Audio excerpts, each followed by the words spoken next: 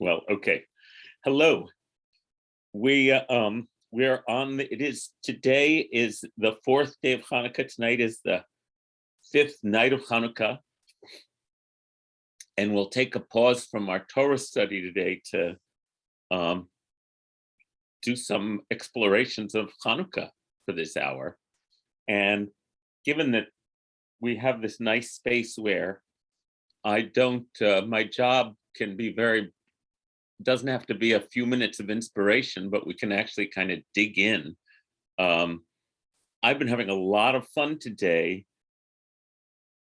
being historically and anthropology minded in looking at all these sources about what the origin of Hanukkah is, not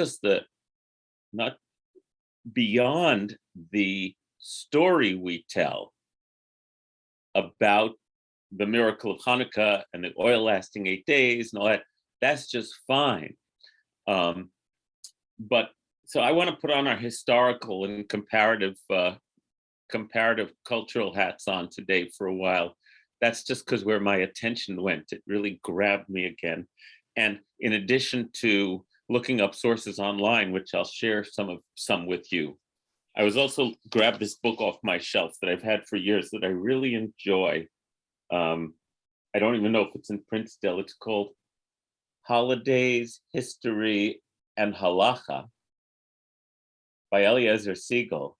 This was an Aronson publication, and Aronson went out of business a while ago. I don't even know who Eliezer Siegel is, but he's a wonderful writer who looks into who looks into the historical origins of Jewish practices and customs in an anecdotal way in this book. It's different, it's little articles. Maybe he wrote them for a newspaper or something. I'll look into it later. So I was looking in that too. It's really fun. Okay, so let's start by acknowledging something that's become clearer and clearer to us in our global era, that winter solstice, that cultures all over the world have and always have marked the winter solstice, marked the journey of the earth around the sun, or the sun around the earth, however they thought of it. I mean, look at Stonehenge as an example. One culture doing it. In ancient Babylonia, we know that they had winter. The Parsha reference, Joan, I'm not talking about a Parsha today. I'm talking about Hanukkah.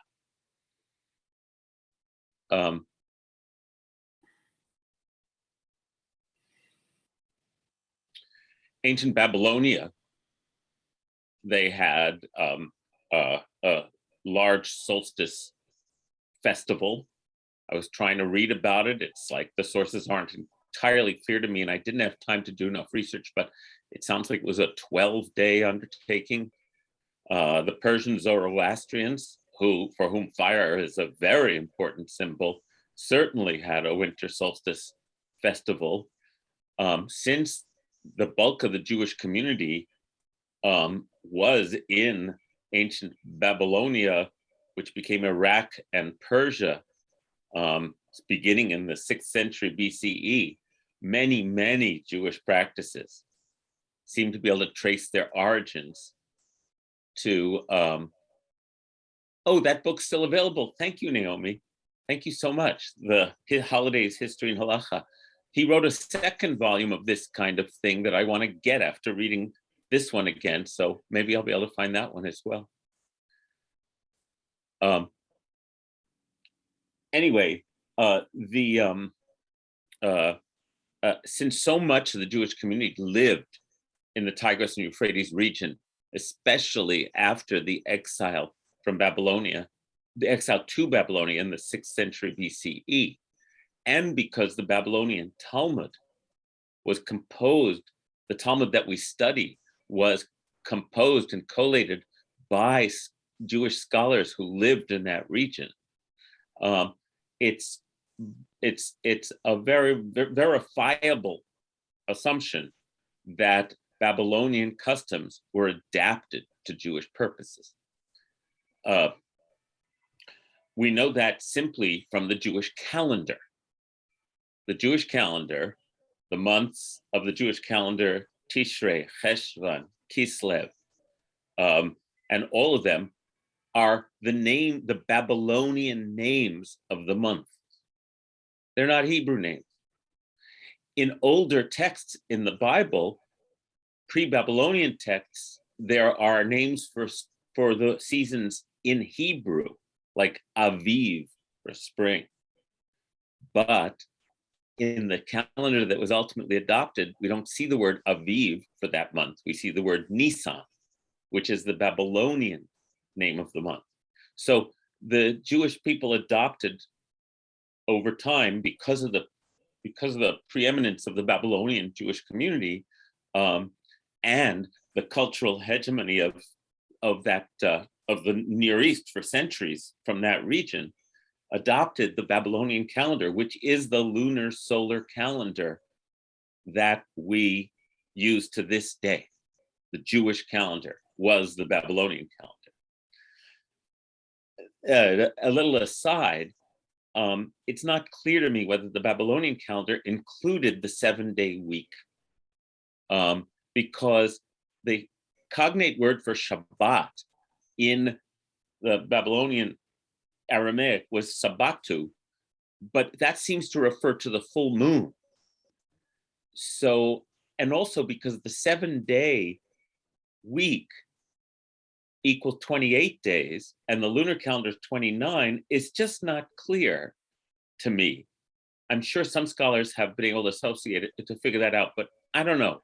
I still think the 7-day week, with the brilliance of Shabbat at its apex, is something the Jews maybe took from some Babylonian source, but we made it all our own that way. Anyway, that's another interesting discussion. So, since we know that the Jewish calendar that was adopted eventually is the same as the Babylonian calendar, and that the Babylonian calendar had a solstice festival at the end of the year, it would make sense that the Babylonian Jews would have adapted eventually the local practice into Jewish practice, put a veneer of Jewish practice on what we were already doing. And I don't say veneer pejoratively. Wove Jewish teachings and lore into the existing holiday. This is true of every Jewish holiday. Every Jewish holiday takes its origins from the seasonal cycles and the agricultural rhythms of the ancient Near East. Passover, we see enough clues, just for example, that Passover was originally an agricultural festival that got the story of the Exodus and the reason we eat unleavened bread and all those things woven into it. So it's actually the most beautiful thing for me to study. Rosh Hashanah, which is where we add all this language about God as king, corresponds on the Babylonian calendar to the re-enthronement ceremony of the Babylonian king. So the Jews would take that and say, well, we worship the King of Kings, and take those themes. So we can look throughout history. There is no, how we love to say, so many people talk about how Christmas is really a pagan holiday. Well, every holiday is a pagan holiday, right? I mean, so are all the Jewish holidays. So let's just drop that and not rationalize why we like having a Christmas tree. It's like, have a Christmas tree, fine, it's okay. You don't have to rationalize it. Anyway, my point is that there is no such thing as cultural, hermetically sealed culture, especially when you're a minority in a larger system, right? We just absorb it all and we metabolize it, and then we reinvent it. And that's the way all Jewish holidays develop. We're watching that metabolization of Hanukkah happen right now in our lifetimes. right? I don't have to elaborate deeply. We all know that Hanukkah had the good or misfortune of being attached to being at the same time of year as Christmas in the era when Christmas became hyper commercialized. And we're all the victims of that, right? And Hanukkah just gets sucked along. And so who figured that blue and white were Jewish colors? It's like, okay, it's not red and green. And so it's all happening in real time. The elf, I was talking with the family school parents yesterday about this craze of elf on a shelf, which apparently is a marketing bit of genius. Everybody has it and puts it on their shelf, and there's a whole like story developing about the elf on the shelf who is like, I think, spying on you and telling Santa or something. I'm not even sure. And now all the kids in our family school, they want an elf on the shelf because all their friends are talking about it. So somebody just came out with something called a couple of years ago called a mensch on a bench. I kid you not. Oh, the elf is QAnon. Okay, Rob, we're really going places now. Anyhow, my point is, let's have fun examining multiple origins and sources and how they get cooked up into what becomes our mythology. And I don't say that pejoratively. So that's what I was looking at. And I'll also add,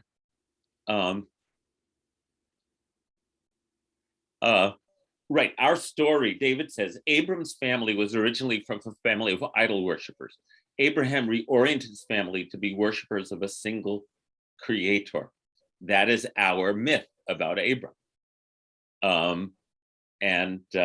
The Jewish take on all of this is certainly that there's a single creator. So thank you for that.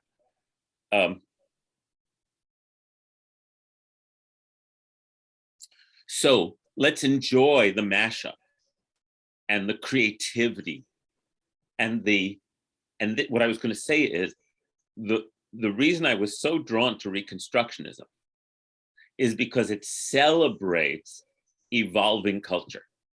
It doesn't try to apologize for it, rationalize it away, claim that there's actually an unchanging truth, but rather it celebrates from a modern perspective, the incredible adaptability of Judaism that has allowed us to survive.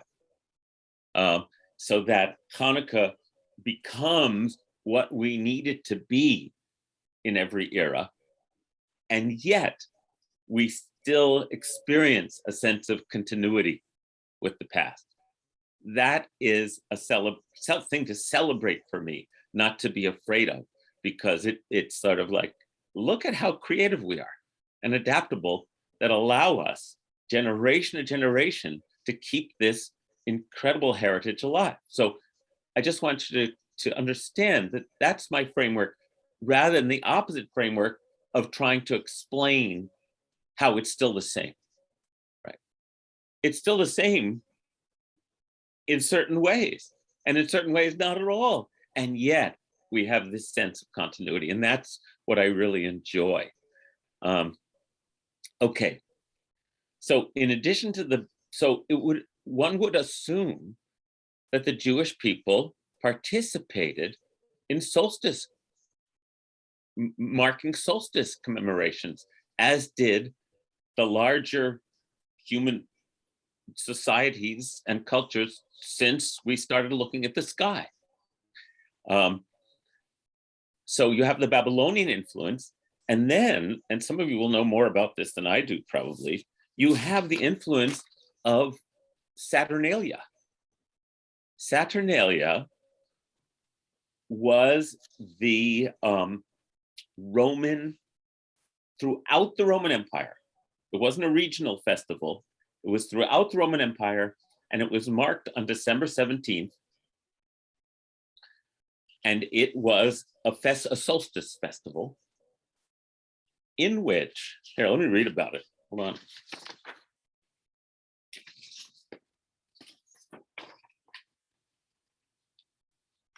This is from Wikipedia. Saturnalia was an ancient Roman festival and holiday in honor of the god Saturn, held on the 17th of December of the Julian calendar, and later expanded with festivities through to 23rd December. So it was 7 days. The holiday was celebrated with a sacrifice at the Temple of Saturn in the Roman Forum and a public banquet, followed by private gift giving, continual partying, and a carnival atmosphere that overturned Roman social norms. Gambling was permitted, and masters provided table service for their slaves, as it was seen as a time of liberty for both slaves and freedmen alike. A common custom was the election of a king of the Saturnalia who would give orders to people, which were to be followed and preside over the merrymaking. The gifts exchanged were usually gag gifts or small figurines made of wax or pottery. The poet Catullus called it the best of days. We've been doing this a long time. Here's another excerpt. Gambling and dice playing, normally prohibited or at least frowned upon, were permitted for all, even slaves. Coins and nuts were the stakes. Sound familiar to Dreidel? Now you have license to play games with your master. Let's see. Rampant overeating and drunkenness became the rule, and the sober person the exception, it says here. Children received toys as gifts. And an interesting thing is that the little wax figurines and pottery figurines may have been an echo of when a human sacrifice was offered at this time. Let's see, Ruth says, there was a group of us that celebrated Saturnalia as a large outside event in Rosendale many years ago. Indeed, indeed. Okay, so there's a context for you. Now let's go to Jewish history. Let's see, someone wrote in, Rabbi Ellen, pagan doesn't have to be pejorative. Pagan religions can be seen as pre-modern, but the human impulse to understand how the world works, bring light into the darkest time of the year, is clearly universal because it exists in so many cultures all over the world. Thank you, Rabbi Ellen. Doesn't pagan come from the Latin word for farmer, peasant? I believe so. Okay, so now with that as a background, we can turn to Hanukkah, because just like every other Jewish holiday, somehow in this organic and somewhat mysterious way that things develop, it got a historical event woven into it. In the year this seems to be historical fact, that in the year 167 BCE, Antiochus IV, the emperor of the Seleucid Empire, wanted to be declared Antiochus Epiphanes, the god of the region, and he put his own statue in the temples and order, including the temple in Jerusalem, of which Judea was a part of his empire, right? The Jews who lived in Judea were a province of Antiochus's Seleucid Empire, and banned Jewish practices. For as you may know, the priesthood in Jerusalem and the intelligentsia in Jerusalem had been, the upper class, had been for many generations now adopting Greek ways. So for many, this was not a bridge too far. And much of the population, a certain significant part of the population, went along with these restrictions. The country folk who would, I guess, were the pagans, the Jewish pagans, the Jewish old timers in the country, they rebelled against these restrictions. And in what appears to be a very unlikely victory, succeeded in a 3-year revolt in recapturing Jerusalem and reclaiming the temple. We know this, and of course, what do we know? What exactly happened? Well, we weren't there. However, there are 2 books, and there's a lot of irony in all this that I want to make sure I lay out to you, because for me, it just makes it all richer. There are 2 books called the Book of Maccabees 1 and the Book of Maccabees 2, which are contemporaneous or certainly shortly thereafter accounts of what took place. And I know some of you will know this information, but not all of you know it, so I'm going to share it with you. In the Book of Maccabees 1, which would appear to have been written originally in Hebrew, although that Hebrew version was lost and it was only retained in a Greek translation. And the Book of Maccabees 2, which appears to have been written in Greek, because Greek was the lingua franca of the time in the Roman Empire, early part of the Roman Empire. Oh, this is pre-Roman, in Alexandrian time. The Greek was the language of Hellenism. Talk about what happened. Let me share my screen, share a couple of famous passages from the Book of Maccabees.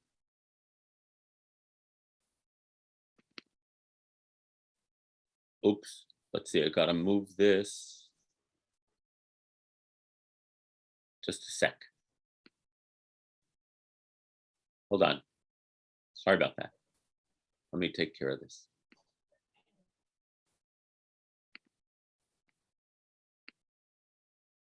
Okay.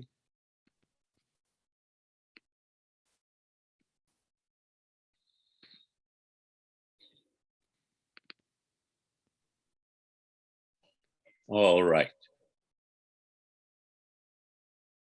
Book of Maccabees.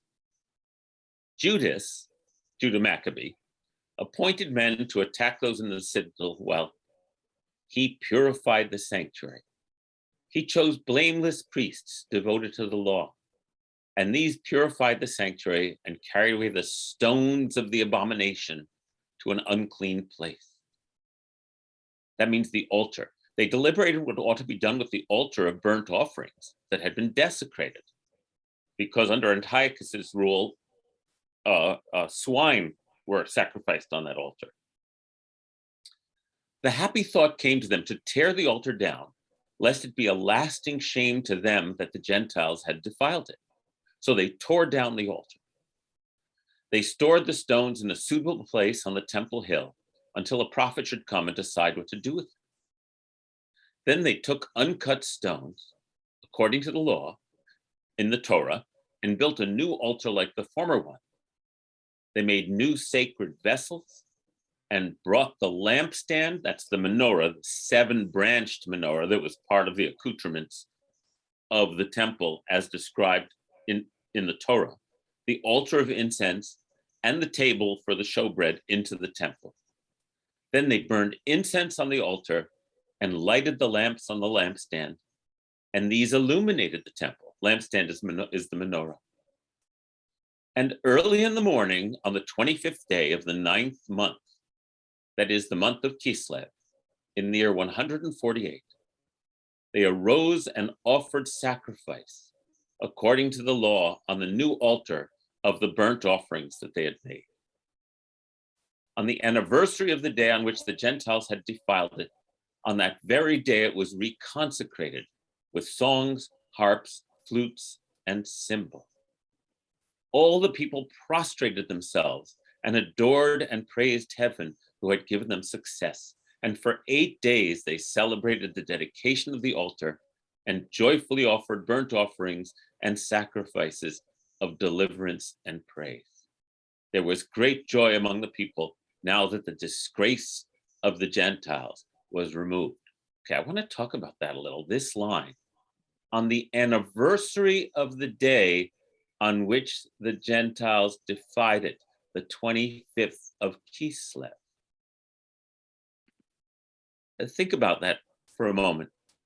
If that's true, then maybe the 25th of Kislev was an important festival already, right? Relating to the solstice. Because on the Babylonian calendar, the 25th of Kislev is the dark, is the period where the moon is dark, closest to the winter solstice.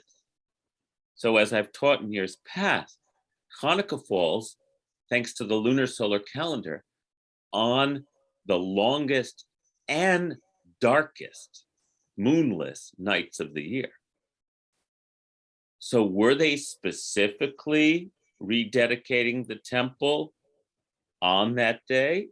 It doesn't say explicitly. I find that fascinating. Here, let me share the next interesting tidbit from the book of Maccabees.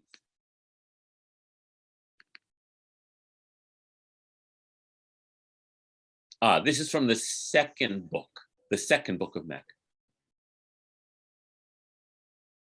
In some kind of letter that is sent out to the people. We are now reminding you to celebrate the feast of Sukkot in the month of Kislev. The feast of Sukkot takes place 2 months earlier in Tishrei, dated in the year 148, ... We shall be celebrating the purification of the temple on the 25th of the month Kislev. So we thought it right to inform you that you too may celebrate the feast of Sukkot and of the fire that appeared when Nehemiah, after he built the temple and the altar, offered sacrifices. Nehemiah was the governor of Judea, whom the Persian king Cyrus allowed to come back to Judea in the year 400 and something, and reestablish Jerusalem and the temple hundreds of years earlier. And apparently, there is a legend about Nehemiah, which is centuries before this is being written. Listen, when our fathers were exiled to Persia, devout priests of the time took some of the fire from the altar and hid it secretly in the hollow of a dry cistern, making sure that the place would be unknown to anyone. Many years later, when it so pleased God, Nehemiah, commissioned by the king of Persia, sent the descendants of the priests who had hidden the fire to look for it. When they informed us they could not find any fire, but only muddy water, he informed them to scoop some out and bring it. And after the material for the sacrifices had been prepared, Nehemiah ordered the priest to sprinkle with the water the wood and what lay on it. And when this was done, and in time the sun, which had been clouded over, began to shine, a great fire blazed up, so that everyone marveled. While the sacrifice was being burned, the priests recited a prayer, and all present joined in with them. Jonathan leading, it's a different Jonathan, and the rest responding with Nehemiah's words. And then the priests began to sing hymns. After the sacrifice was burned, Nehemiah ordered the rest of the liquid to be poured on large stones. And as soon as this was done, a flame blazed up, but its light was lost in the brilliance cast from a light on the altar. And Nehemiah and his companions called the liquid tihur, meaning purification. But most people named it naphtha, meaning kerosene. Interesting. Okay. What is going on in that story? The Zoroastrians worshipped fire. Persia. Nehemiah returns from Persia with this fire story about how the fire on the altar had been hidden away when they were exiled. And now, yes, we're going to get to that source next. But what I'm finding here are multiple sources, all like, none of it says anything I need to point this out to you. None of these contemporaneous sources say anything about the oil lasting for 8 days when it was only enough for one. The punchline of all this is that we don't have that story until several hundred years later in the Talmud. In the contemporaneous sources, there is no Hanukkah miracle that has to do with oil for one night lasting 8 days. That comes hundreds of years later. Here's a story about sacred fire being lit on the solstice festival, but transmuted into a story about Nehemiah coming back from Persia, finding that secret light and doing some kind of sympathetic magic to have it blaze up again as bright as the sun, because the sun is going to return now thanks to us lighting lights at the darkest time of year. We're invoking the return of the sun. So, okay, that's in the book of Maccabees. Then, listen to this next excerpt from the book of Maccabees. Oh, mute yourselves, somebody. I'll do it. There we go.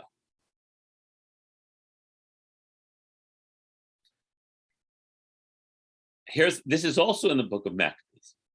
On the anniversary of the day on which the temple had been profaned by foreigners, that is, the 25th of the same month, Kislev, the purification of the temple took place. So we still have the clear identification of the 25th of Kislev with a previous festival. The Jews celebrated joyfully for 8 days as on the Feast of Booths, Sukkot, remembering how a little while before, just months before, they had spent the Feast of Booths living like wild animals in the mountains and in caves as they fought for Jerusalem. Carrying rods entwined with leaves, meaning lulavs, beautiful branches and palms, they sang hymns of grateful praise to him who had successfully brought about the purification of his own place, God. By public decree and vote, they prescribed that the whole Jewish nation should celebrate these days every year. Okay, I love that. So, boom, boom, they've co-opted this solstice celebration and said, this is a Jewish holiday. And they do it, and this might be true. Sukkot, again, forgive me if you know this already. In the time of the temple in ancient Judea, Sukkot was more important even than Passover. So important that it's referred to in our ancient sources as the festival without even a name. It was when the month of Tishrei, when all the Jews would make pilgrimage to Jerusalem, blow the shofar on Rosh Hashanah, fast and gain atonement on Yom Kippur, and then spend 8 days celebrating the successful harvest. That was Sukkot. Nothing was more important. It says torches would be lit and incredible revelry and celebration, sacrifices. And it appears that the Maccabees had been unable to celebrate the festival that fall because they were at war. So that when they successfully captured the temple and reconsecrated it, they then declared, we're celebrating Sukkot late this year because we couldn't do it 2 months ago. But which date did they choose to celebrate it? They chose an existing festival date in the whole, that seemed, that's good timing, isn't it? And so Hanukkah, which whose full name is Chanukah Habayit, or Chanukah, the rededication of the Chanukah HaMizbeach, the rededication of the altar, they saved it for this date. And it appears they celebrated for 8 days to match the Sukkot celebration. But the Saturnalia, remember the Saturnalia festivities lasted 7 days. So they were on a solar calendar, but it was close. It's like it's all kind of connected, and we can't know exactly. But I love discerning these pretty clear clues in the text about what was going on. The next reference, let's see. Yes, the next reference to Sukkot that we have in terms of historical progression is from Josephus, the Jewish historian of the late first century. And Josephus says, this is interesting to me. Oh, it's not too long. So Josephus is writing a history of the Jews for his Roman audience in the year 90, perhaps, of the first century. And here's this talking about Hanukkah. When therefore the generals of Antiochus's armies had been beaten so often, Judas assembled the people together and told them that after these many victories which God had given them, they ought to go up to Jerusalem and purify the temple and offer the appointed sacrifices. But as soon as he with the whole multitude was come to Jerusalem and found the temple deserted and its gates burnt down and plants growing in the temple of their own accord on account of its desertion, he and those that were with him began to lament and were quite confounded at the sight of the temple. So he chose out some of his soldiers and gave them order to fight against those guards that were in the citadel until he should have purified the temple. When therefore he had carefully purged it and had brought in new vessels, the menorah, the table, and the altar of incense, which were made of gold, he hung up the veils at the gates and added doors to them.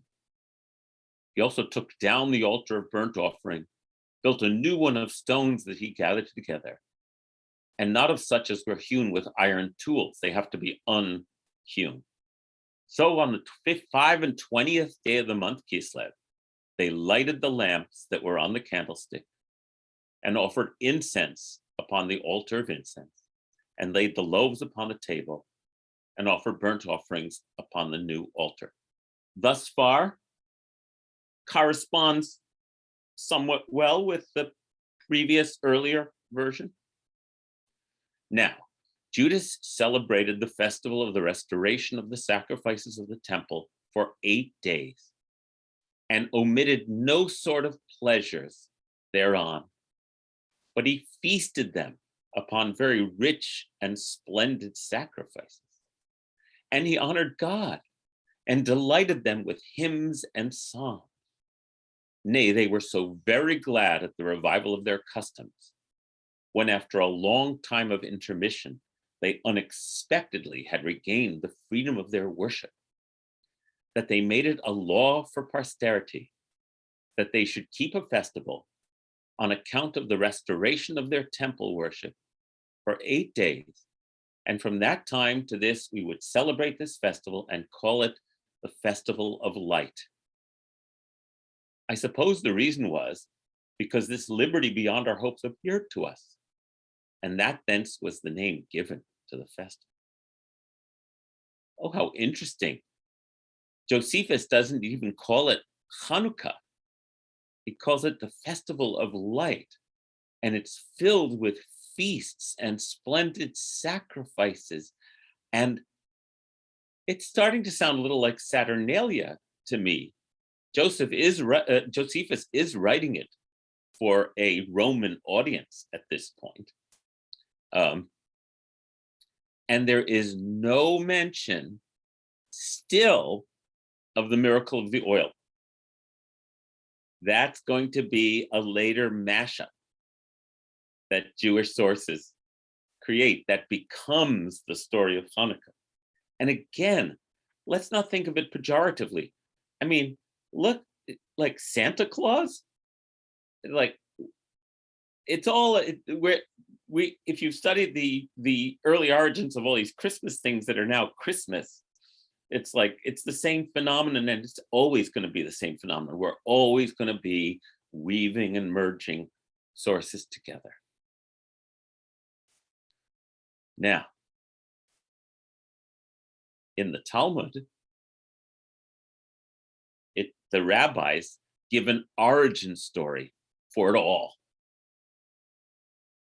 Our rabbis taught Adam saw that the days were getting shorter, and he said, "Oi," that's what it says in the Hebrew, actually, "Oi." Perhaps because I was corrupted, sinful, the world is getting dark and returning to chaos. And this is the death which was decreed upon me by heaven. He stood and he waited 8 days in fasting and prayer.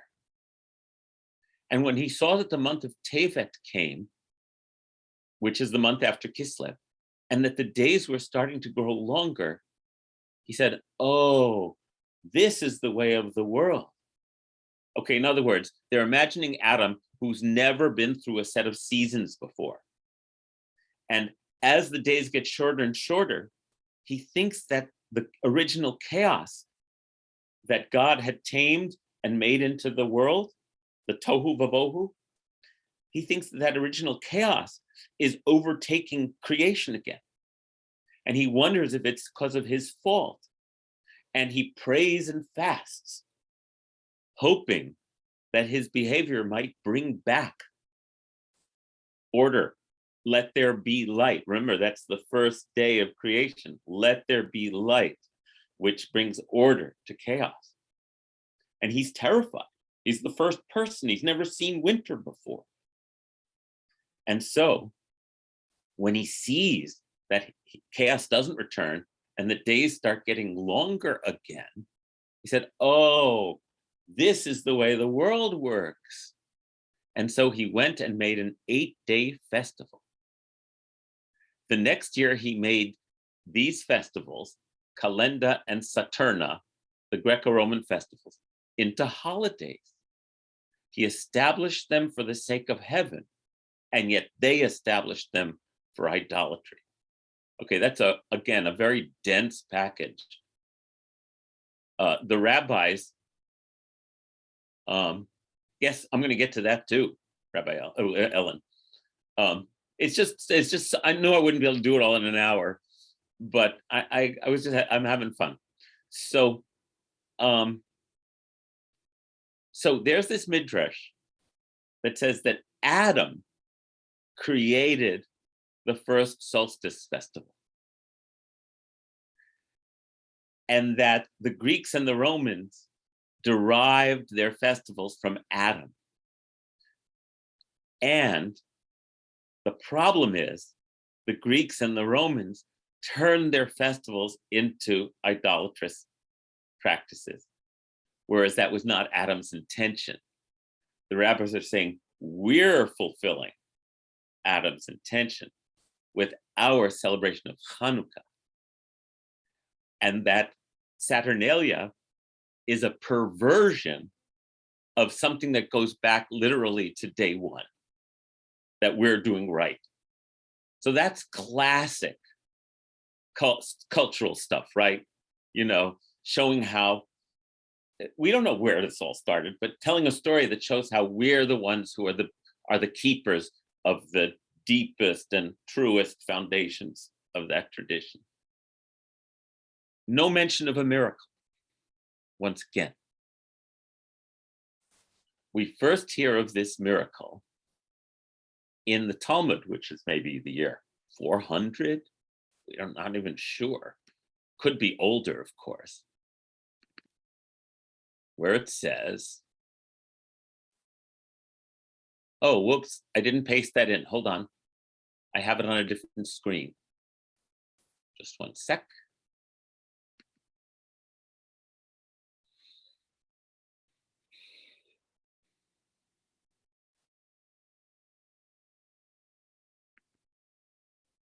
I'm not finding it. Just a moment.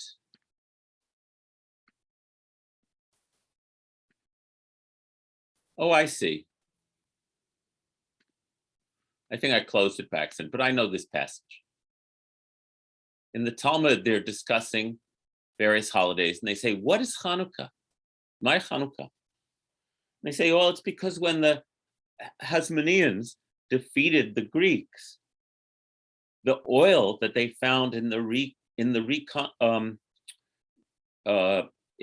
re-sanctified temple was only enough for one day, but it lasted for 8 days. And therefore we celebrate the festival for 8 days. What Ellen Weaver wrote, which is our common consensus now about what's going on, is that when the rabbis were concerned about our celebrating a military victory while under occupation, they came up with the oil story. Somehow, we don't know, but here's a guess. We have enough from rabbinic sources to know, and you've heard me teach this before, that once the Hasmoneans, the Maccabees, took over and reestablished a sovereign Jewish government in Jerusalem for the first time in centuries, they put themselves on the throne, and then the king was also appointed the high priest. This was anathema to the rabbis, who were interpreters of the Torah at the time. We're in the 1st century BCE, because it says in the Torah, the king is not a high priest. The high priest and the king were two different positions. And what we know from history is that the Hasmoneans were notoriously corrupt. Just imagine, think of Daniel Ortega in Nicaragua, right? He leads this, he's this idealistic people's leader, a socialist, and he actually overthrows the dictator of Nicaragua, and the Sandinistas create a government. Here it is now, what are we, 40 years later? Something like that, close to 40 years later. And he is the dictator of Nicaragua. No holds barred. He just won the election by suppressing every opposition candidate. Oh, it's such a sad story. It appears to be that's what happened to the Hasmoneans as well. And of course, they were cutting deals with Rome in order to stay in power. And everything that once they came to Washington, everything that they had stood for, once they had power, it all just pissed it away. The rabbis hated them. And one would think that the rabbinic document of the Talmud would play down their military victory and not speak much about what they accomplished. Instead, also, as Ellen wrote in the text, in the chat, it would appear that under Roman rule and the crushing blow of the Romans in destroying Judea after multiple rebellions by the Jews in the 1st and 2nd centuries, to the point where we were in exile, the rabbis would be loath to celebrate military victories in their sacred calendar. And so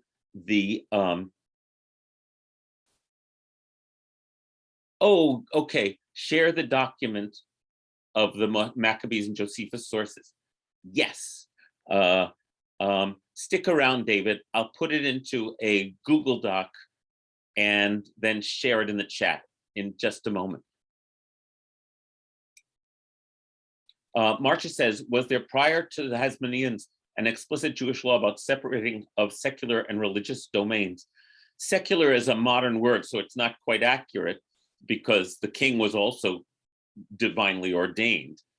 But yes, the Torah is explicit that the king's venue and the high priests have separate domains and they cannot be merged. Okay, so in addition, the rabbis, we can know from many sources in the post-destruction period and the beginning of exile, took an anti-militaristic and anti-imperial stance in their teachings. And that's a whole other lesson we could have. So it's a reasonable guess that that over those centuries,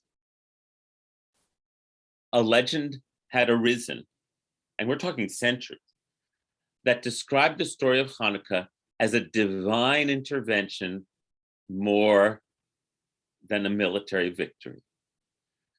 And so much so that the books of the Maccabees were not included in the canon of the Hebrew Bible. Why do we have them? Because the Jews who spoke Greek, who were centered in Alexandria, in Egypt, had a Greek translation of the Bible. And that Greek translation included the books of the Maccabees, because most of those Jews probably became early Christians who adopted the Greek translation because they didn't speak or read or write Hebrew.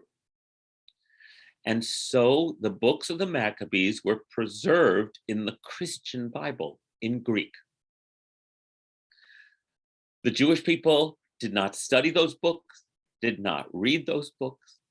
It was a Christian, part of the Christian Bible. And I just learned from this book that I told you about before, that what Christianity did was with the stories of the Maccabees, is they made them into martyrs. The Maccabees weren't military heroes in the Christian take. They were martyrs who were willing to lose their lives for their faith, which of course mirrored early Christianity's position in ancient Rome. So in the Christian Bible, they studied the book of Maccabees and held them up as prototypical martyrs. This is where the irony all comes in for me, because the Maccabees were rehabilitated by Judaism in the 19th century with the rise of nationalism. As European cultures strove to create national myths, and early Zionists strove to create a Jewish national mythos, they searched in our ancient sources for military national heroes, warriors. Because now the Bible had been translated, all of these books by the 19th century were available. The book of Maccabees was available to Jewish sources. This was a time of modern scholarship. They read the book of Maccabees, and the Maccabees became elevated not as martyrs, but as national military archetypes for reclaiming sovereignty in our own land. Judah Maccabee plays no role in Hanukkah celebrations. He's not even named until the late 19th century, when he's rehabilitated as a national hero. This again brings me back to what I said at the beginning, which is the incredible malleability of this festival, so that it can become an example of the Jewish people never letting the national flame go out. And that is the Hanukkah we grew up with, because Zionism, by the founding of the State of Israel, Zionism became, in effect, the secular religion of the Jewish people, right? That we had reconstituted ourselves as a free people in our own land after 2,000 years of exile. That's our story right now. And so we turn to the Maccabees as prototypical examples of the new Israeli warrior who keeps the flame alive. I don't think that's bad. It just is, if you understand what I'm saying. Meanwhile, again, ironically, going all the way back to Saturnalia, I was reading more about it in the Roman Empire, became the festival that, here, let me look it on the share again. I'm almost out of time, but I just want to share this with you.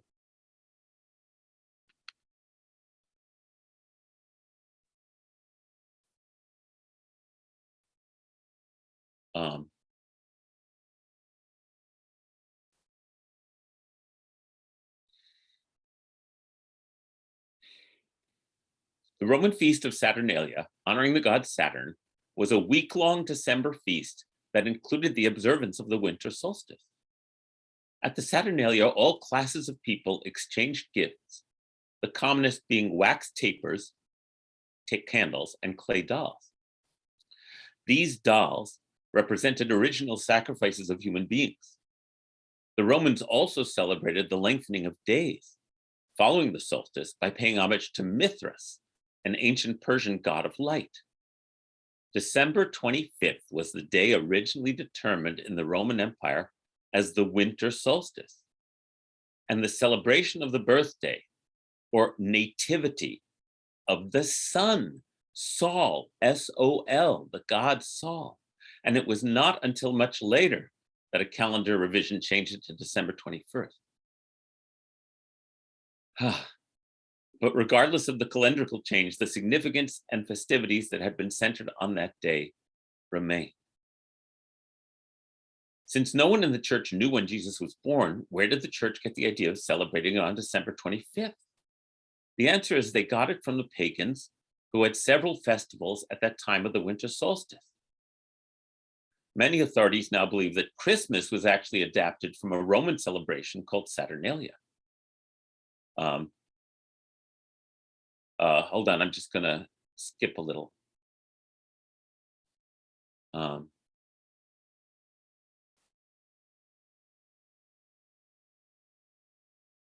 It looks like Christmas is celebrated in ways that are directly borrowed from a festival to an agricultural god of the Romans from December 17th to the 25th. The Church of Rome deliberately chose December 25th as the date of Christ's birth to turn people away from a pagan feast that was observed at the same time. The 25th of December had been established as the festival of the invincible sun by Emperor Aurelian, etc. He made December 25th the birthday of the pagan unconquered sun god, and now the official holiday it is now, the birthday of Jesus. The pagans had no difficulty worshiping the Catholic Madonna and Child because they were seen as another manifestation of the Queen of Heaven and her son. So it was no compromise for them. So the Roman Empire, when it becomes the Holy Roman Empire, just changes the U to an O. I know they didn't speak English. But sun to sun, it's all the same story. It's the birth of the light, the rebirth of the light. And now here we are in the 21st century, and our Hanukkah is now under the incredible gravitational pull of Christmas, which both seem to have their origins in the same earlier solstice festivals thousands of years ago. And so the dance just continues. And it's quite beautiful. I love how we've done it. I love the idea of adding increasing light for 8 days and the stories of heroism and the stories of faith and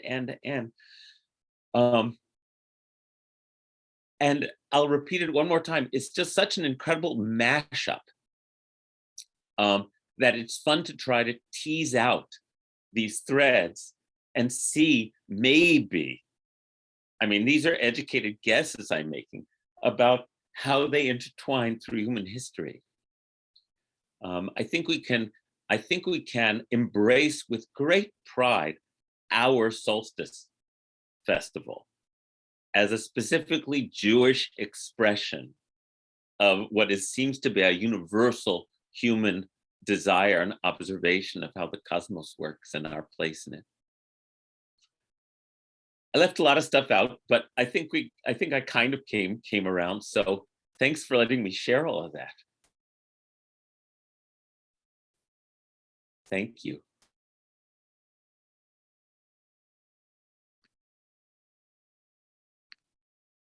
And Joan says, and there's the problem of the Southern Hemisphere. Right, because all of this develops in the Northern Hemisphere. And that's really important, Joan. We really haven't ranged down there. Judaism and, quote, Western civilization is so Northern Hemisphere centric, isn't it? It is a real problem. That's fascinating. Okay. Happy Hanukkah, everybody. Let's, yes, but, right, I assume that they have their own seasonal celebrations, but it's interesting that we know so little about it, which is a phenomenon of our, I guess you'd say, Eurocentrism. Great. Okay, so a couple of announcements. We keep doing Hanukkah every night at 6:30 online. Tomorrow night, Friday, you can also come in person. Yes, a Jewish flavored solstice celebration. I really like that phrase. Thank you, Deborah, so much. We don't have to deny any layer of it to have it be our delicious, wonderful holiday. Tomorrow night at 6:30, Friday, we'll be online at 6:30, but we will also be, anyone who wants to, in person in the sanctuary. If you want to come in person, just like our other in-person events, you need to sign up online. It's in the weekly email or on the website, and upload your vaccination certificate. We'll do that from 6:30 to 7 tomorrow night. Then from 7 to 7:30, hang out if you're here in person. And then at 7:30, and maybe we'll just hang out online too. And then at 7:30, the weekly email went out this morning and the sign up link is in it. Thank you, Rabbi Ellen. And then at 7:30 tomorrow night, we'll have our Shabbat service, both in person and online. So we'll be together for both Hanukkah lighting tomorrow, online and on Zoom at 6:30, and then services at 7:30. On Saturday at 4:30, we're having our in-person outdoor Hanukkah party. We have a small tent up on the grounds. Diane Colello and the holiday committee have been getting stuff ready for us. I have some outdoor heaters that I think are working well. I need to double check. And we're going to celebrate outdoors. We'll start with Havdalah. We'll light candles. Diane, is there any help people can offer? Okay, unmute yourself. Keep trying.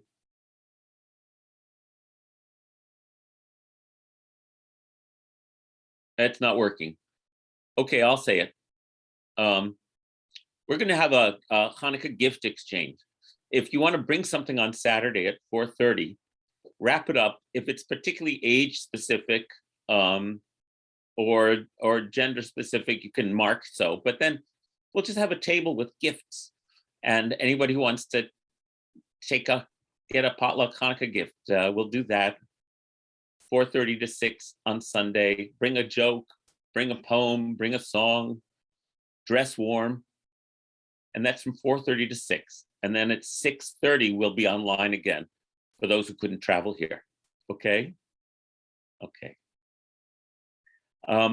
As is our custom, let's take time, if you have the time. If you don't, farewell, and I'll see you soon. for a healing prayer and for saying Kaddish. So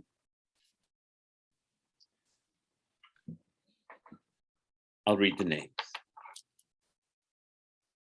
Echazan Uri Michael ben Pnina, Linda Dias, Harav Miriam bat Sarah, Neshama bat Luba, Bina bat Avraham, Chazan Jessica Leash, Max, Ruby, Joshua, Catherine, Michael Isfon.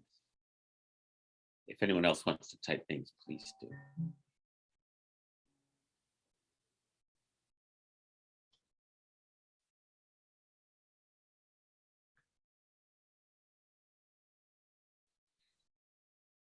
David Tillman, Michaelis Formas.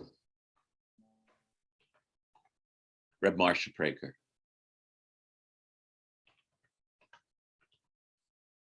Susan Jacobs.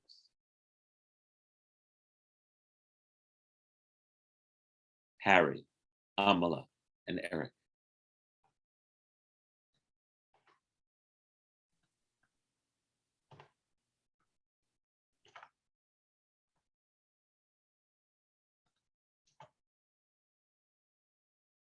Mi sheperach avotenu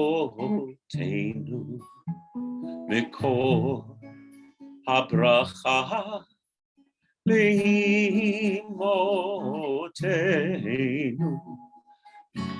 May the source of strength, who blessed the ones before us, help us find the courage to make our lives a blessing, and let us say, Amen. Mi sheperach imotenu mikol habracha leavotenu.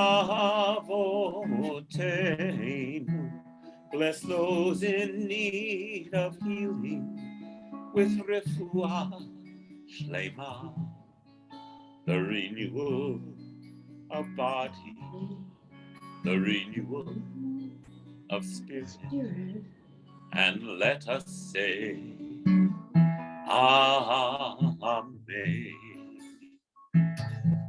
Max, help us find the courage to make our lives a blessing, and let us say, Amen.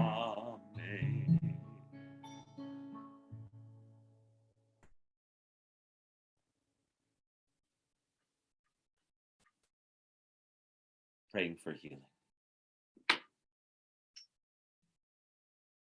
And if anyone's reciting Kaddish, Barbara, would you like to recite your mom, Helen? Anyone else reciting here? You can put the name in the chat.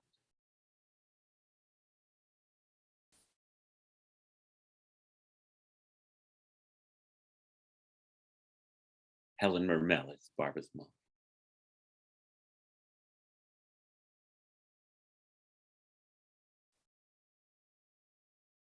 Great.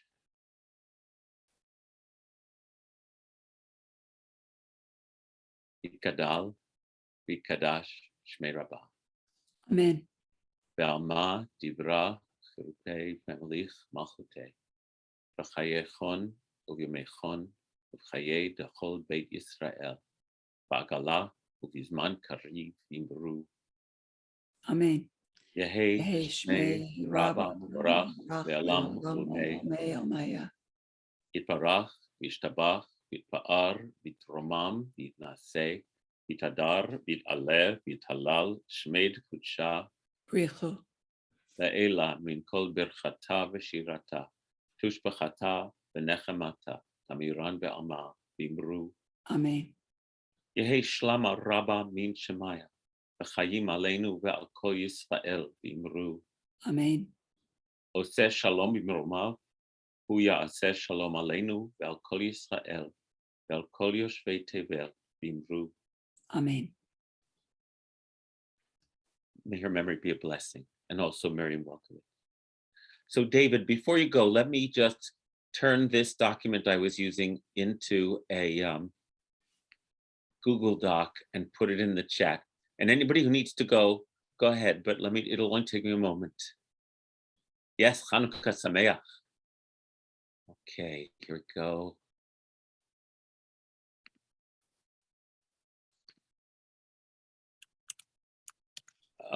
David, I made these notes and they're not cited. Most of it comes from Wikipedia, but there were several other sources. And since these were just my notes, I don't have the citation, but they're still interesting. Okay. Documents. Create a new document. Paste.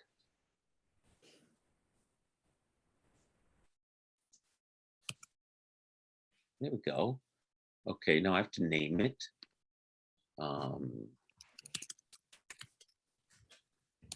And take that, copy that, and put this in the chat. Everyone. Magic. There. Okay. Thanks, Rabbi. So interesting. It sure is. Oh, have a beautiful day, afternoon, everybody. Thanks for letting me share all that. That was fun. Rabbi, I have to tell you that Elf on a Shelf started out on Shark Tank. Really? Yes. Well, that is a direct route to, that's amazing. Yeah, there was these two Jewish guys that came on and they said, we're upset that everybody has something for Christmas, so we are creating Elf on a Shelf. Oh, bench No, on a mensch on a bench. bench.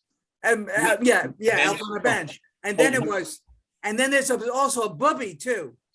A bubby on the bench. Yes, right. So that's where it originated. I just And throw that out to you. Right. I think Santa Claus was produced through Coca-Cola. Oh, yeah. Go ahead and read all about it. It's hysterical. It's all fascinating. I mean, we are in the grip of consumer capitalism. That's what runs our lives. And so don't forget that, everybody. And then the other thing I want to tell you, when I lived in Spain and when it was Christmas time, the tree was not decorated with ornaments, but with candles. Mm-hmm. Yeah. That's the old way to do it. None of this ornamentation stuff. Go do a Google search and find a good article on the origin of Christmas customs. It's all totally as fascinating as what I was sharing with you today about Hanukkah. It's this incredible mashup. Well, you know, the thing about Saturnalia is somebody was selling those candles and clay dolls. Absolutely. But they weren't wrapped in plastic. By the way, this Elf on a Shelf thing is like taking over. I know. And it's and now there are ancillary products.